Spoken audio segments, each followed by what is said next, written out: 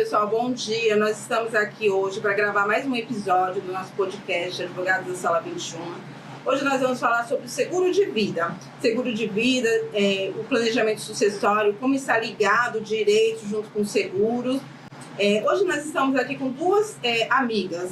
Então, elas são corretoras de seguro. Então, eu tenho a Cláudia Santana, ela é corretora de seguros há mais de 20 anos. Temos a Eliana também, ela é corretora de seguros e bacharel em Direito. E estamos com o Dr. Durval também, que ele vai falar um pouquinho para a gente sobre o que ele quer saber de seguro de vida, para a gente falar para o nosso público. Sejam bem-vindos. Prazer novamente estar aqui para mais uma gravação do podcast, trazendo um assunto bem importante para vocês. Como a Rosa falou, nós temos aqui duas convidadas que são corretoras, a Cláudia e a Eliana. Sejam bem-vindas. Obrigada. Obrigado pela presença de vocês. E eu já começo partindo da primeira pergunta. Qual a importância de um seguro de vida, né, para qualquer tipo de pessoa? O que vocês poderiam nos dizer sobre isso? Bom, primeiramente, quero agradecer mais uma vez o convite de estar presente nesse podcast tão importante, com advogados conceituados que estão fazendo um trabalho magnífico de levar informação, desmistificar alguns produtos e esclarecer a todos a importância. No caso do seguro de vida hoje, o seguro de vida é um produto muito importante, hoje desmistificado, porque no passado nós tínhamos a questão de que as pessoas achavam que o seguro de vida atraía a morte, por exemplo. Então, as pessoas tinham uma certa resistência em contratar o seguro de vida. E ao longo dos anos, então, o seguro vem sendo difundido entre os corretores de seguro, explicando a importância do seguro, não só na questão do pós-morte, né? Porque, a princípio, as pessoas imaginam que o seguro é só para quem partiu. E, de fato, o seguro tem a importância em vida. A importância do seguro de vida, a gente tem que entender que ele não é só após a partida, após a falta daquele provedor da família, né? Hoje nós temos vários produtos nos quais atende em vida, né? Para suprir, de repente, um imprevisto, perder um emprego, né? Uma doença que acomete e aquele provedor fica durante alguns meses fora do mercado de trabalho. Então, o seguro de vida ele vem para substituir essa falta financeira que a pessoa tem no momento em que ele, de repente, perdeu o emprego, né? Então, para ele dar continuidade nos seus compromissos de escola, plano de saúde, né? Enfim, todos os compromissos financeiros. Então, a importância do seguro, a gente vai entrar em mais detalhe, inclusive aqui com a minha colega Cláudia, né? A gente vai entrar num esclarecimento das modalidades, dos tipos de seguro e de que forma que a gente pode atender, né, essa necessidade, especialmente na falta desse provedor. E aí a gente vai entrar nos custos, né, de repente, no inventário, né, como que uma pessoa ele tem lá um montante de patrimônio.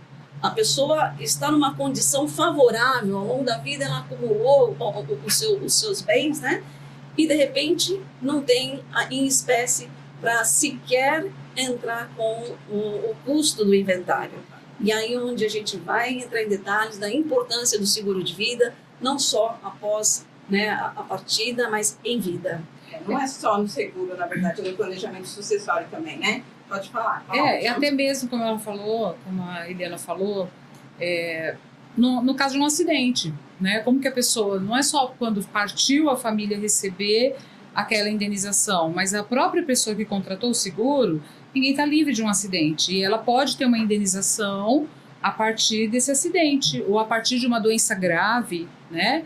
Da descoberta de uma doença grave. Hoje nós temos cobertura para vários tipos de doenças graves, que a pessoa recebe aquela indenização em vida, para ela ter um tratamento. Isso é interessante. Né? Para ela ter um tratamento, para a continuidade daquela vida. Já né? tenho uma dúvida. Logo Sim. nesse comecinho de conversa, pelo que a Eliana falou. Então, não era assim antes e agora houve uma ampliação, um leque de serviços? Sim, houve. Houve, por exemplo, os seguros hoje em dia ele está mais personalizados, né? Então hoje essa questão das doenças era mais complicado. A pessoa ficava doente e recebia só a família caso viesse a falecer. Hoje em dia não, ela recebe em vida, né? Não precisa ser necessariamente o seguro resgatável, que é uma outra modalidade de seguro, né? Que você pode fazer.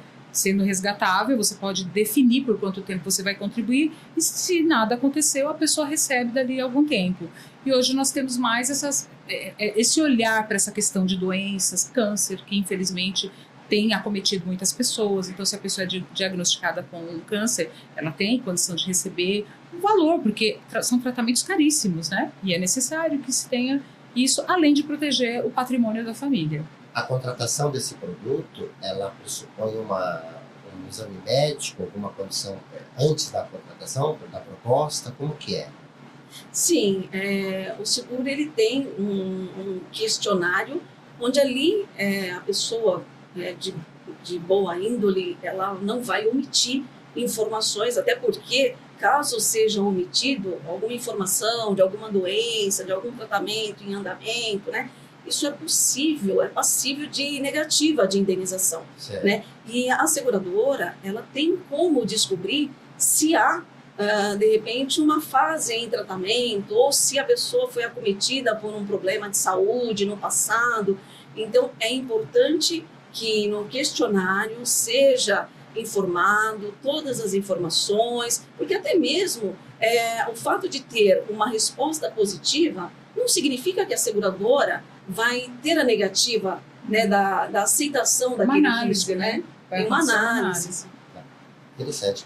E além dessa declaração, pode acontecer da seguradora exigir algum documento médico? Sim, pode acontecer. Médico da seguradora, passar para algum médico indicado pela seguradora? Pode ocorrer. Tudo vai depender da declaração que a pessoa vai ter, né? Como a Liliana falou, é uma declaração de boa-fé, ela vai declarar se ela já teve, se ela tem, se ela está em tratamento de alguma doença, para que a seguradora avalie aquele risco. Certo. Após avaliado, muitas vezes é pedido exames médicos para comprovar o estágio daquele problema de saúde, às vezes é um problema simples. Se é um problema mais sério, pode ser que a seguradora peça realmente uma declaração do médico mesmo, né, falando qual é o estado daquela pessoa, para daí o setor analisar de aceitação, analisar se aquele risco é aceito ou não.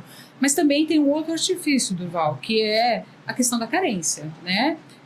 Então a seguradora coloca carência para indenizar por um período, cada seguradora tem no seu contrato um período que é de carência, para que eles também se protejam, né? Então o cliente vai cumprir um pequeno período de carência para a questão de morte acidental, de invalidez, essas questões. Morte acidental não, desculpe. A morte natural, a invalidez por doença. Acidente não tem carência porque estamos suscetíveis, né? Exato. A qualquer momento. Quando o cliente, então, procura vocês para, como diz, contratação não, mas para sondar, né, para fazer uma análise, há um planejamento, uma consulta, não é bem uma consulta, esqueci a palavra. Assessoria? É uma assessoria, né, um planejamento, né? Um planejamento. Para a contratação de plano de saúde. Como que é esse processo, assim? Do seguro de vida, seguro né? de vida, é isso. Esquece dele? Uma cotação. Isso, uma cotação. É importante que a gente saiba fazer essa análise e que a pessoa interessada, né, o cliente, ele não omita nenhuma informação, né, porque a gente vai questionar em cima de patrimônio, até para poder indicar qual é o melhor capital, quais são as coberturas que vai atender aquela família. A exemplo, a pessoa tem um patrimônio de 1 milhão. Eu não posso fazer para ela um seguro de 200, 300 mil. Nem vai atender. Porque não vai atender, né? A gente tem que pensar que, além do patrimônio que ela tem crianças em período estudantil, ela tem a criança que planeja o sonho, de repente, é fazer uma faculdade de medicina ou fora do país. Qual vai ser o custo disso, né? Esse provedor, qual é a renda deles? A renda dela vai impactar em que percentual naquela família, né? Então, 60%, 50%. Então, a gente tem que entender quais são os valores que a renda do provedor vai impactar naquela família, quais são os patrimônios que ele tem, porque ainda que tenha os imóveis, mas o imóvel, se ele vier a faltar, só o processo para entrar com o inventário, Por isso né? entra no planejamento sucessório. Entra no planejamento. Exatamente. Então, e depois a gente tem que pensar que esse processo do inventário, ele não é rápido. É por conta da liquidez, na verdade. Você está falando em liquidez, né? Porque assim, no inventário, você entra com o inventário, ele segue o trâmite normal. No seguro de vida, existe essa diferença. No seguro de vida, você entra com... O pessoal vem a óbito, você apresenta a documentação e aí tem um prazo para a seguradora começar mas a realizar. essa condição, ela já está lá na frente. Então, quando a gente entra na questão da análise, para eu identificar, para nós identificarmos qual é a melhor cobertura e quais as coberturas, as cláusulas que a gente vai contratar, a gente precisa entender qual o padrão de vida e daquela família, né? Porque ainda que a gente pense na questão do sucessória, nós sabemos que o inventário, ele no mínimo, de 2 a 3 anos. E aquele patrimônio, ele fica vinculado, ele não pode ser vendido, né? Ainda mais se tiver filhos menores. Exatamente. E, na verdade, a contratação de seguro de vida é uma consultoria, né, Eliana? Não é uma coisa que, assim, você chegou ali, enfim, no banco, não dá para você contratar um seguro de vida que vem ali já prontinho, numa conta de luz, ou num carnê qualquer, ou no banco. Porque você precisa dar essas informações. Personalizado. Você precisa falar qual é o estilo de vida. Porque, assim, um dos objetivos do seguro de vida é de dar conforto e tranquilidade para a família quando perde um ente querido. Porque a família, nós temos estatística que diz que tem famílias que demoram até 3 anos para se reestruturar após a perda de um mantenedor da família. Tudo bem que hoje em dia nós temos as mulheres também como mantenedoras da família, às vezes é 50%, mas aqueles 50% somente se tiver filho, como a Eliana bem comentou, vai impactar, porque essas crianças vão continuar estudando, essas crianças vão precisar de uma faculdade. Se a família quer manter o padrão de vida, minimamente, eu diria, não diria nem aqui, né? Um padrão mínimo necessário, com tudo aquilo que é necessário para as crianças, é muito importante a contratação de um seguro de vida e pensar nesse planejamento sucessório, né? Pensar nisso tudo e principalmente na questão de inventário, como a Eliana falou, né? Porque seguro de vida, ele é livre de inventário. Ele não entra no inventário. E nós sabemos que o custo do inventário com as taxas, os impostos, vai comprometer em torno de 30% a 40% do patrimônio, né? Então, e o seguro de vida, isso falando agora na falta do provedor, ele entra em espécie líquida no prazo aí de 30 dias. Entendeu? Então, não vai ter aquela situação de atrasar para entrar com o inventário. Nós sabemos E quantas famílias, né, Eliana, que a gente conhece, que não faz o inventário, porque não se preparou. Exatamente. Tem os bens ali, mas não tem liquidez para fazer isso, né? Para preparar. Alto, na verdade, né? Depende do estado, a gente fala de 2% a 8% do patrimônio. Sim. Então, assim, é um percentual alto. Então, é o que você falou, Cláudia. Se por uma acaso a pessoa não tem liquidez, ela não tem como fazer. Porque ela precisa pagar o inventário para poder fazer a partilha. Então, não tem mesmo. Então, assim, acho que o seguro de vida ele vem exatamente para isso. Para dar esse respiro para as famílias, né? Para poder falar assim, olha, vai continuar estudando na escola particular, vai continuar o padrão de vida minimamente, como você disse. É para isso que nós, né, eu no caso tenho filho, a gente trabalha com esse propósito, né?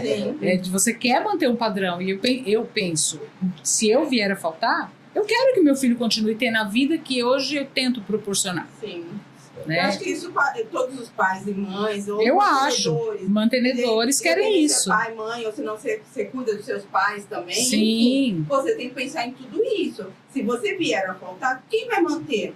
Então, assim, o seguro de vida, acredito que vem realmente para isso, né? Isso é planejamento. Esse é o planejamento. Por isso que eu falo que o seguro de vida, ele tá junto, na verdade, o seguro e o direito, eles estão caminhando juntos ali exatamente para isso. O planejamento sucessório. Ele é um amparo. Ele é um amparo. E aí a gente tem também a questão, não só de se preocupar com essa questão sucessória, mas a questão também, o cliente, ele é um empresário, ele é um microempresário, ele tem uma sociedade numa empresa.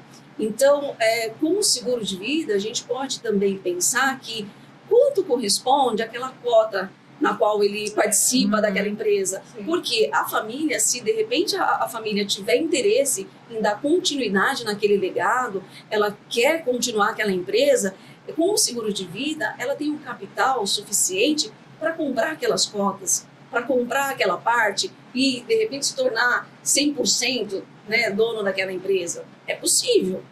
Você tocou justamente numa parte que a gente estava aqui pensando de perguntar, capital.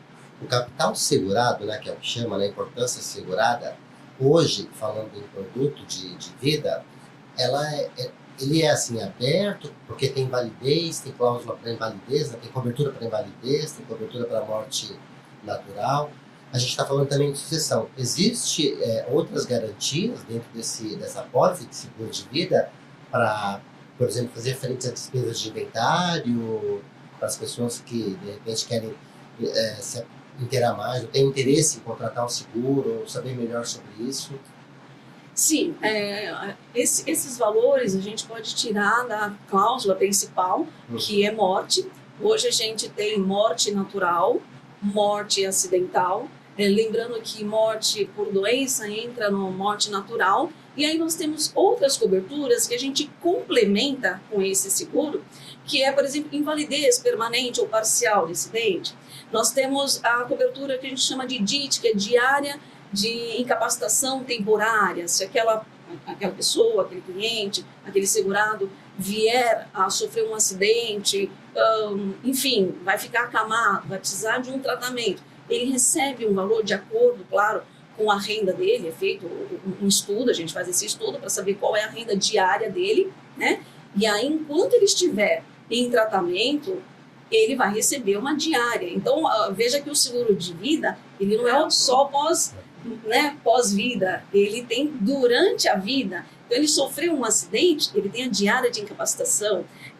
Nós temos também a cobertura que atende aos filhos que estão estudando. Então, eu posso contratar uma cláusula temporária. Eu quero, por um exemplo, a criança está com 10 anos, vai fazer faculdade, então eu quero lá uma cobertura temporária por mais 10 anos ou 15 anos. Eu consigo fazer esse planejamento para que ele venha receber esse valor contratado até o término da faculdade desse filho ou dos filhos, né? Dentro do seguro de vida, a gente tem uma outra situação que, na hora mais difícil da partida desse ente querido, é a assistência funeral. Super né? importante. A assistência funeral, hoje nós sabemos todo o trâmite de documentação, já é um momento tão delicado, um momento tão triste, e aí aquele familiar, ele mal pode passar por aquele momento de despedida com uma certa tranquilidade, a dor dele. Não, ele tem que correr atrás de documento, é um órgão aqui, outro ali, a documentação. Isso provoca, né, um desgaste naquele momento mais sensível. E a assistência funeral, ela dá essa tranquilidade porque tem um profissional lá da companhia seguradora que já é experiente, domina toda essa questão de liberação de documentação, vai cuidar de todo o trâmite, né, desde a documentação até a urna. Ele faz, ele não só orienta, mas ele faz todo o procedimento. Até apoio psicológico para a família naquele momento, eles estão ali presentes. Então, isso é muito importante, né? E especialmente com uma companhia seguradora conceituada, né? Assim como a gente fala muito, às vezes, do seguro de automóvel, por exemplo, só entrando um pouquinho aqui, cada seguradora, embora tenha todas as coberturas, mas a gente sabe da forma administrativa, o cuidado que essa seguradora tem, o respeito que ela tem para com o cliente, né? E para com o corretor. Então, isso também é importante. Mas, no geral, o seguro de vida, ele não é tão diferente como as pessoas, de repente, imaginam que o seguro do veículo, né? É muito caro. Não, muito barato. Muito barato. Eu gostaria de complementar aqui o que a Eliana falou com uma experiência minha na questão da assistência funerária. Eu perdi minha mãe há 2 anos e 8 meses, né? Idosa já, 94 anos, né? E eu percebi o quanto é importante o planejamento, né? A gente tinha esse serviço de assistência funerária. Nossa, que importante. E a gente teve a oportunidade de se preparar antes, né? Ela teve um problema de saúde e procuramos a seguradora com antecipação, já falaram tudo o que precisava ser feito. Quando o óbito aconteceu, em casa, com tranquilidade, da maneira que ela queria, a gente só ligou para a seguradora. Eles nos mandaram primeiro que as pessoas são preparadas ali para falar com você naquele momento. Psicologicamente, né? A receptividade, o acolhimento faz toda a diferença. E depois mandaram uma pessoa responsável que nos acompanhou e nos orientou em tudo, né? Dessa parte de documentação, de escolha de urna, de local de velório, que a gente fica mesmo sem cabeça para resolver esse tipo de coisa. Então, o momento doloroso ali foi resolvido com tranquilidade. Sem contar a questão também que a gente já falou aqui do planejamento financeiro. Isso tem um custo alto, né? Você precisa disponibilizar ali de valores que muitas vezes as famílias não têm. E isso traz total tranquilidade para a família. Sim, e só fazendo um adendo aqui no que a Cláudia está comentando, que nesse momento, ainda que aconteceu com você, de uma certa forma, vinham se preparando para isso, né? Sim, sua mãe ficou doente, acamada. Mas quando ocorre um acidente, de repente uma falta inesperada, e né, essa pessoa não tem ali uma reserva, mas ela tem lá 2, 3, 4, 5 irmãos. Naquele momento, às vezes esses irmãos não têm. Aí todo mundo tem que ficar ali, né? Ou então fazer. Cada um dá um tanto. E aí entra uma situação que um não pode, o outro naquele momento não dá. Eu não sei hoje, tá? Mas antigamente eles não aceitavam nem. Cartão de crédito. Não existia, era dinheiro à vista. Era dinheiro, assim, no cheque predatado. Hoje em dia já existe a questão do cartão. Meu pai faleceu também, foi assim, mais ou menos igual a Cláudia comentou. Meu pai faleceu, a empresa que meu irmão trabalhava tinha um plano de assistência funerária. Não, minto. Na verdade, eu tinha contratado assistência funerária. E aí eu liguei para a pessoa, para a empresa lá, e falei, olha, meu pai faleceu e tal. Na mesma hora, igual a Cláudia falou, eles me mandaram um representante, o representante veio, ele é super preparado, me acompanhou para escolher urna, me acompanhou para tudo. Então, só na verdade, a única coisa que eu fiz foi ir reconhecer o corpo, só. Porque o restante eles fizeram tudo. Então, essa é a importância. Traz um conforto, né, Rosa? Porque assim, a sua cabeça está a mil, você tem alguém ali que está preparado mais do que você naquele momento para tomar algumas decisões. Sim. E te orientar em decisões que você precisa tomar. Sim. Então isso é assim, toda a minha família hoje fala. Depois nós tivemos um falecimento de uma prima, e que foi um outro cenário, né, que não tinha se preparado, e a gente começou a comentar sobre isso, né? Como é importante, porque foi tranquilo. Porque assim, doloroso vai ser sempre. Mas foi um processo tranquilo, onde a gente pode somente sentir a dor. E passar por aquele momento sem se preocupar com burocracia. Porque senão é aquele estresse, é o que você falou. De repente você tem 5 irmãos. Aí fala, eu não tenho, você vai fazer o quê? Vai pedir para a prefeitura? Não é? Porque tem muitas pessoas que de fato pedem ajuda para a prefeitura exatamente nesse momento, porque não tem mesmo, né? E o interessante também, aí uma outra condição, que o seguro, essa assistência funeral, ela possibilita atender um pedido daquele ente que partiu. Ele pode ter a opção de cremação.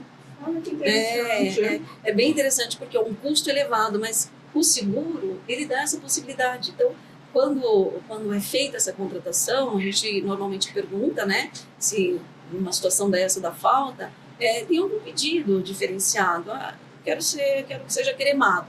Então, esse pedido vai ser atendido. Então, a gente vai atrás de uma companhia seguradora que tenha essa modalidade, né, que possa atender o pedido desse ente querido. Não são todas que têm relação. Não, todas têm, mas depende da cláusula que a gente contrata. Entendi. Né? Então, você contrata um valor, um tipo de plano que vai atender essa condição. Bom, em Minas Gerais, assim, é meio pesado falar, mas para morrer custa caro. Mas para manter o seguro não custa caro. Né? É muito mais barato do que se pode imaginar. Fazer o custo-benefício. Custo-benefício, principalmente quando a pessoa começa esse planejamento um pouco mais cedo, né? Se você quiser, é possível começar o seu planejamento com 60, 65, vai ter um custo isso. Nós temos... Porque hoje, desculpa, a expectativa de vida está aumentando. Isso, eu ia falar sobre isso, né, Durval? Nós temos uma expectativa de vida. Na seguradora, cálculos atuários, eles são estabelecidos muitas vezes por essas informações, né? Então, quanto mais cedo a pessoa começou a constituir família, por exemplo, esse para mim é um head. Começou a constituir família, pensa no seguro de vida, né? Porque você tem filhos, você tem um cônjuge que você, se faltar, vai fazer falta para aquela pessoa. Muitas vezes também a pessoa também que não constituiu família, também tem que contratar um seguro de vida, porque às vezes ela tem os pais para cuidar, que depende dela, né? Então, para mim o head mais é esse momento, assim. Você está pensando em constituir família ou você decidiu que não vai constituir, tem pessoas que dependem de você, contrate um seguro de vida. Vai eliminar muitos problemas e você vai amparar na tua falta alguém que você ama, né? A tua família, as pessoas que você ama. Sim. E também com essas possibilidades de você ter essa cobertura em vida. Como a Eliana mencionou, a diária de capacidade temporária, profissional liberal hoje em dia, nós somos profissionais liberais. Se você ficar doente e você não tiver um planejamento financeiro, você tá complicado.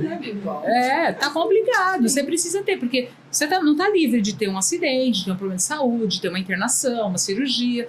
Todos nós estamos propensos a isso. E se você tem essa cláusula contratada no seu seguro de vida, você tem condição de manter aquele seu padrão mensal, financeiro, um dentista, um médico, um plano de saúde. Exatamente, um empresário. Eles dependem do trabalho deles para ter a tua renda. Então, num momento como esse, tendo o seguro de vida com essa cláusula, ele tem essa cobertura enquanto ele passa por esse processo de saúde. Essa diária de capacidade temporária, né? O advogado, profissional liberal de forma geral. Sim. E pensar em custo assim, tem mais ou menos, como dizer, uma média de quanto esse percentual, quanto que esse produto atinge assim, a sociedade, porque a procura, como que está a procura, mais jovens, pessoas assim de meia idade. As pessoas que mais procuram Durval é o pessoal de meia idade, porque é o pessoal que já está pensando como vai ser a vida, já está planejando como vai ser, como eu disse, já tem a sua família constituída.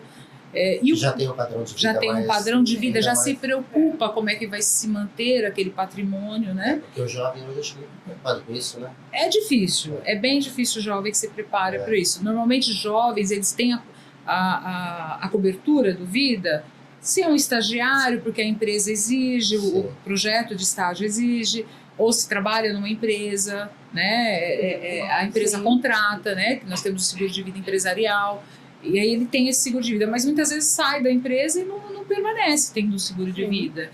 E ele custa muito barato, depende muito da idade, né? De acordo com a idade, não chega a impactar tanto nas Quanto finanças, mais jovem iniciar essa contratação, é mais em conta, até porque existe a possibilidade de repente, o cliente, ele ir adequando as coberturas. Ele pode começar com um valor inicial baixo, e ao longo, né, dos anos, à medida que ele vai construindo patrimônio, vai adquirindo bens, ele pode ampliar essa cobertura, né? Então, no caso, o jovem, ele passa a ter uma consciência, às vezes, através de empresas. As empresas, no geral, elas oferecem como benefício esse plano. E isso, de uma certa forma, beneficia a empresa, especialmente a de pequeno porte, né? Porque as de grande porte, elas já incluíram como benefício, isso é tranquilo, a conscientização, tem funcionários que às vezes optam em continuar naquela empresa, o plano de carreira, por conta dos benefícios que oferece. Mas uma empresa de pequeno e médio porte, se ela não oferece esse benefício do seguro de vida, isso pode impactar, de repente, no próprio faturamento da empresa, se um funcionário vier a faltar, né, no momento um acidente dentro da empresa ou a caminho da empresa, porque imagine aquele empresário que, se o funcionário vier a faltar, a família vai bater na porta da empresa. É responsabilidade, muitas vezes, né, da empresa. Olha, eu preciso providenciar o velório, a família não tem dinheiro. Então, aquela condição, além de sensibilizar, ela coloca numa situação delicada, porque a empresa também tem que dispor, né? E se é um pequeno empresário, também vai impactar, né? Porque aquele jovem, aquele funcionário, qual era a função, qual era o salário dele, né? Quanto que aquele salário vai impactar na família, Né? A né? judicialização isso muda, né? Também. Porque se a família for judicializar isso, né, Durval, vai fazer, na verdade, uma expectativa de vida. Sim. Né? Quanto que ele ganharia, até quando que ele viveria, então isso também vai impactar no quanto indenizatório, Isso. né? Então, para a empresa, é mais barato ainda do que a contratação individual, né? E ela pode oferecer ali essas coberturas, e especialmente o auxílio funeral, que vai amparar aquela família. Você tocou até num ponto interessante, só fazendo uma brecha aqui, pela minha experiência de sindicato, né, de muito tempo, e não tinha essa condição, né, de obrigar, aquela condição de toda empresa é obrigada a contratar plano de saúde, não, mas havia lá uma cláusula prevendo que em caso de morte, o empregado, a família, né, receberia um salário e meio, alguma coisa assim. Ou se a empresa ficaria dispensada daquela cláusula, do cumprimento daquela cláusula, se ela tinha seguro de vida, né? Quer dizer, o ideal seria mesmo a empresa ter um seguro de vida empresarial, né?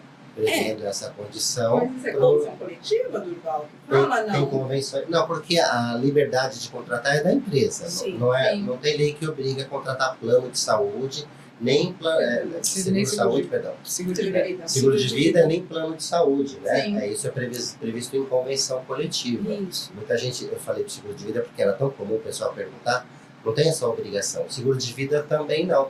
Mas a empresa, como a Eliana falou, tem que pensar justamente no benefício do empregado. E aí, só fazendo um paralelo, como você disse, na questão de morte, se não tem seguro, se não tem essa cobertura na convenção coletiva, lá, de um salário e meio, de 2 salários, 3, se não me engano, enfim.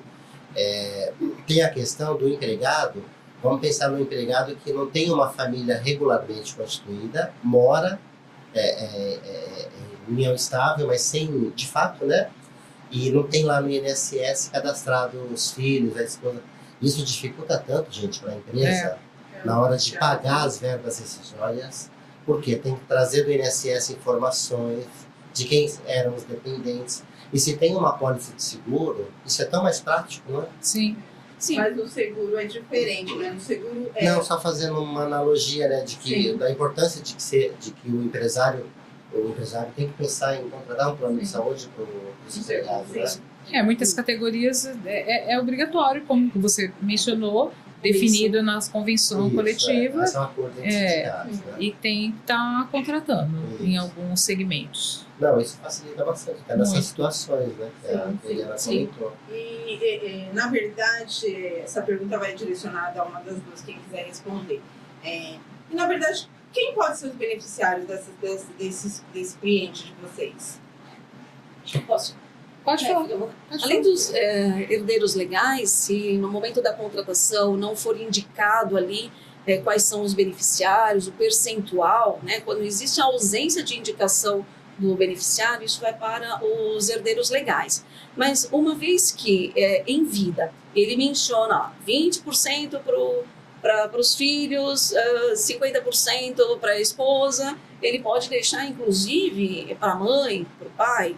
Então, desde que esteja relacionado a ascendentes e descendentes, ele pode mencionar, né, o percentual que ele desejar. Mas uma vez não mencionado, né, aí vai para os herdeiros legais. Tá. Então, na verdade, ele pode mencionar. Então, ele quer deixar 50% para a esposa e tem 2, 3 filhos. Então, ele pode falar, eu quero deixar os outros 50% para esses outros 3 filhos. Sim, Tranquilo, sim. não tem esse... E é respeitado esse percentual, sim. Você falou herdeiros legais. Como a gente está também soltando, o papo é muito voltado para pessoas às vezes que não têm muita informação, quem são os herdeiros legais? É importante falar, né? Ou pelo menos indicar quais são esses herdeiros legais, para as pessoas ficarem... Cônjuges, né? Hoje normalmente aceito, desde que comprovado, companheiro, companheira, filhos. Comprovado com união estável. Com união né? Estável. Documentada. Documentada, Né? Documento, união estável. Filhos, pais, né?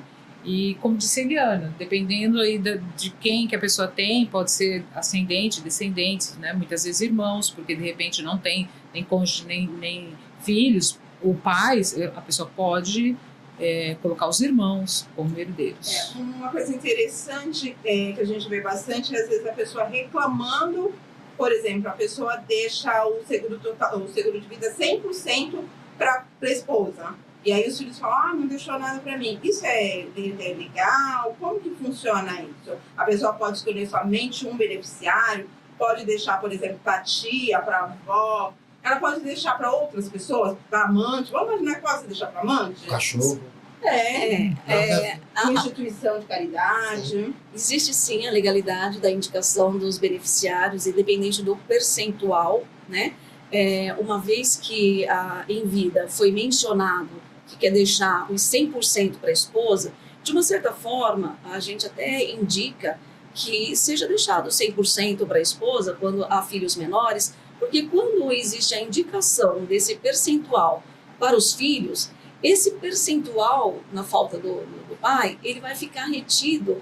E aí aquele filho só vai resgatar, só vai retirar aquele valor quando atingir a maioridade. Né? 18 anos hoje, né? Exato, aos 18 anos. Então, existe sim essa possibilidade, e a gente até indica isso, principalmente quando os filhos são muito pequenos, muito jovens, então existe essa indicação da nossa parte. Quanto que você mencionou de deixar, de repente, para amante, a princípio não. A princípio não. Porque todo mundo acho que tem essa dúvida. Então, assim, como a gente fala para o nosso público que ele é leigo, então a gente faz essas perguntas, não que a gente não saiba, mas assim, é interessante elas responderem, as pessoas que são da área responderem, porque assim, a mesma dúvida que de repente eu perguntei aqui, outras pessoas têm e elas esclarecem. Não, tem muitos casos que a pessoa ela pergunta, eu posso contratar uma para minha esposa, outra para minha amante? Tem isso? Ele ama as duas, né? Não quer deixar ninguém desamparado. E aí é uma situação delicada, porque essa pólice direcionada para amante, a seguradora ela vai analisar. E aí vai de uma decisão judicial, contestada, né? Judicial, até o seu julgamento, se o juiz determinar. Porque de repente existe uma comprovação, né? Ele teve uma vida dupla, e aí tem toda uma comprovação de que houve um convívio, enfim, provou que tinha um elo ali, uma ligação, uma convivência de uma certa forma, né? E comprovar. Aí cabe ao juiz determinar e a seguradora vai cumprir a decisão judicial, tá? Caso contrário, se a seguradora fizer o pagamento sem que tenha essa determinação judicial, ela corre o risco de ter que pagar 2 vezes. E aí a esposa, ela vai pleitear, né? Quem paga mal paga 2 vezes, Pagou né? mal, paga 2 Exatamente. vezes. Na verdade, eu acredito que, assim, nesse caso que você falou das duas pessoas, tanto da esposa quanto da amante, de repente, se ela tiver filhos com ele também, pode ser que ele tinha 2 casas, né? Tinha a esposa mesmo, tinha a amante que tinha uma outra família, eram 2 famílias, né? Então vai depender muito do que realmente for determinado, né? É até cômico falar, mas é trágico. Mas já houve situações, né, em que no momento ali do velório, apareceram as duas, né? Apareceram chorando. E aí, quando tem um filho, aí aquela condição dos herdeiros legais, aí é revisto. Então, talvez para a amante não fique, mas se filhos redistribuído, vai ser mas aquela que foi indicada para a amante. Sim. Porque a partir do momento que numa pólice tem lá direcionado, né, Cláudia, o percentual de 50% para o cônjuge, para a esposa, e o restante para os filhos, aquela será respeitada. Mas aquela que foi feita para amigo ou para amante, aí sim, após o julgamento, a decisão judicial, vai ser indenizado para os filhos. Sim. Isso é importante, Isso é vida real ou é ficção? Isso é vida Vida real. Real, né? Dentro da legalidade. Porque você fica imaginando, né? Já pensou num velório, as duas chorando com as crianças, né? Filme, novela, isso que eu tô perguntando. isso é Né? comum, Filme, novelas é comum, isso né? acontece. Exatamente. O pessoal... E me fala um pouquinho de... A gente tem também outros tipos de seguro. Então, por exemplo, a pessoa tem um financiamento de carro. Comprou um carro, passou 2, 3 meses, ela vem a falecer de um acidente ou sinal de morte natural. Como que fica isso? Eu sei que existe um seguro para isso, que está lá dentro do financiamento. Como que fica isso? Você sabe me informar como que é esse seguro? Se ele está dentro do... Se vocês vendem esse seguro? Como que funciona isso? Esse é um seguro que a gente chama de seguro prestamista, né? Ele é um seguro que é embutido, por exemplo, no financiamento de um imóvel, né? Principalmente essas contas a longo prazo, esses investimentos a longo prazo.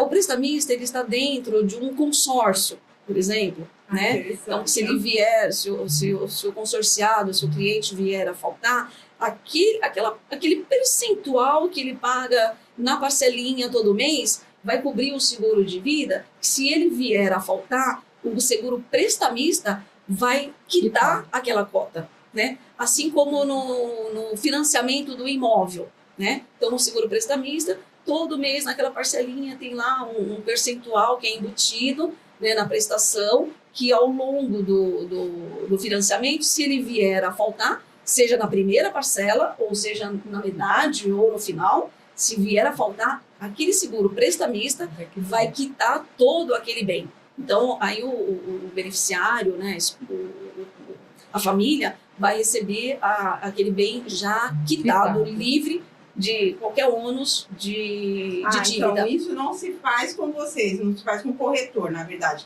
Isso já está embutido no próprio seguro, no próprio financiamento. Os produtos eles já vêm embutidos, né? Existe uma modalidade de prestamistas, aí são corretores que atuam só com esse produto, e aí existe toda uma parceria com empresas que vendem esses produtos, lojas grandes, de eletrodoméstico, por exemplo, né? Então, é uma parceria que a gente não vende direto para o cliente final. Então, é para a empresa, e a empresa embute naquele produto. Então, quando a pessoa vai fazer um financiamento... É obrigatório, né? Já está ali, já, na hora que ele assinou, ele já também assina o seguro. Na verdade, Cláudia, eu vou até fazer um paralelo. Eu estou atuando, na verdade, no inventário, né?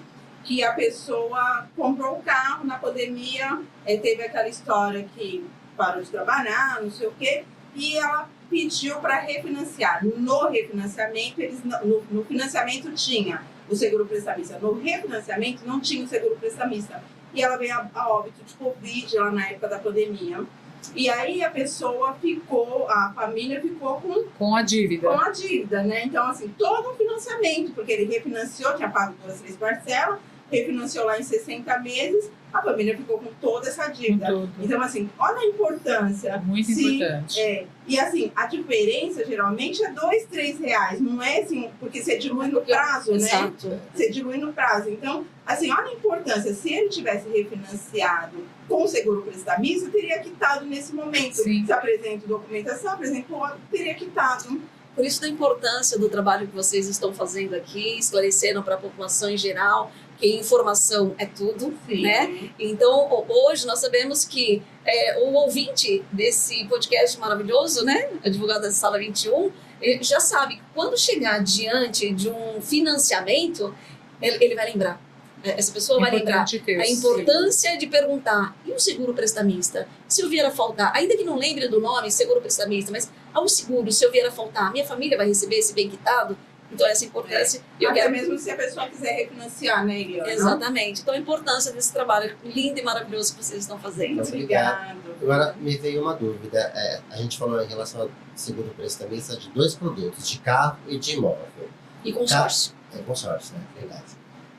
Consórcio, o carro, enfim, é uma pessoa só, mas quando você faz o financiamento de imóvel, você faz 1 ou 2 pessoas ou até mais. Então, ali, o consórcio, o seguro, na verdade, ele vai cobrir a falta daquela pessoa, o percentual daquela pessoa, não é? Sim. Não todo, né? Não quita todo, né? Depende do momento em que foi feito o contrato, menciona-se a renda daquela pessoa. Certo. Então, lá são 2 contratantes. Colocou a esposa e o esposo. A renda compromete X%, 50%, ok. Então, se vier faltar um desses dois, aquela proporção que foi mencionado de renda no contrato, se foi 50%, vai ser quitado aqueles 50%. Né? Se o percentual da renda é 70% um e 30% outro, então na falta daquele que corresponde àquele percentual, é esse valor que o seguro vai quitar. Quita aquela parte, mas continua valendo o seguro para aquelas pessoas que mantêm o contrato ainda, sim, né? Sim, porque a gente chama de, faltou a fala, os dois titulares, né? Isso. São dois Os titulares. dois contratam, né? Dois contratos. É porque um complementa a renda. Não, me vem a dúvida se assim, se na ausência de um dos contratantes, 2 ou 3, né? Porque, Extingue o contrato. se extingue o contrato de seguro prestamista, não, né? Para aquele que continua pagando ainda a parcela, ainda Sim. ele continua pagando a parte Continua. dele, A né? parte A deles. parte dele. Sim. Ah, isso é interessante. Porque às vezes é marido e mulher. Eu tenho 50% do financiamento e ele tem 50%. Então, se eu vier a faltar, o 50% dele permanece, não é isso? O 50% dele permanece. Então, o meu é quitado, o meu 50% é quitado, o dele permanece. Ele vai ficar viúvo e ainda com a dívida parte dele. Só a minha parte que vai Mas continua o seguro para ele também, né? Sim, Continua. a parte dele. Exceto se no momento da contratação entrou só um como titular. Tem isso também. Então, isso Isso. E depende também da quantidade da renda ali, né? Porque às vezes um tem uma renda maior, ele vai ter um percentual maior ali sim, naquele contrato. sim. Porque às De vezes repente fica... ele tem uns 70%, então o 70% dele quita, os 30% da esposa fica, Sim. né? É isso. Tem que contratar outro seguro, né? Porque só fiquei Não preocupado precisa. se não precisa. Não? Não. Ah. Ele tá Porque na verdade é assim, né? Eu vou fazer um paralelo aqui do que a Eliana falou. Então, na verdade é assim, eu tenho 100% do imóvel, aí a pessoa falece, quita os 70%, a renda dela é os 70%. Isso. Os outros 30% que permanecem, então só fica faltando 30% daquele imóvel para quitar. Então é a cota parte da outra pessoa. É isso? É isso. Isso mesmo. É isso. Bom, para a gente encerrar essa parte de seguro de vida, como que a gente sabe que é a liquidação, como que a seguradora liquida isso, paga isso para a família, em quanto tempo, o que precisa fazer, quanto tempo a família espera, porque tem essa expectativa também, né? É bem rápido, costuma ser bem rápido, né? A seguradora passa uma lista de documentação. Nesse momento é importante ter o corretor do lado, né? Porque a gente passa toda a orientação de como fazer, o que precisa fazer, para que seja o mais breve possível essa indenização. É assim, no máximo 30 dias. Certo. No máximo 30 dias, né? Sim, a parte da entrega da documentação, Sim, né? sim.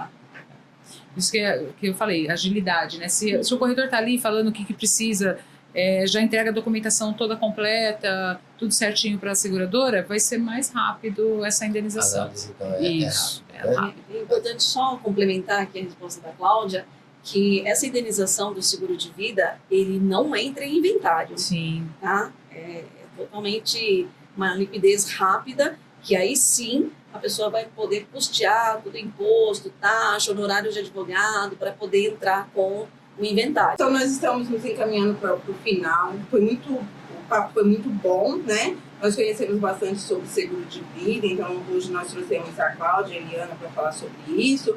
O Dr. Durval fez umas perguntas. Então, assim, a gente deu um panorama de o que é um seguro de vida. E eu espero que vocês tenham gostado. Muito obrigada, tenham uma boa tarde.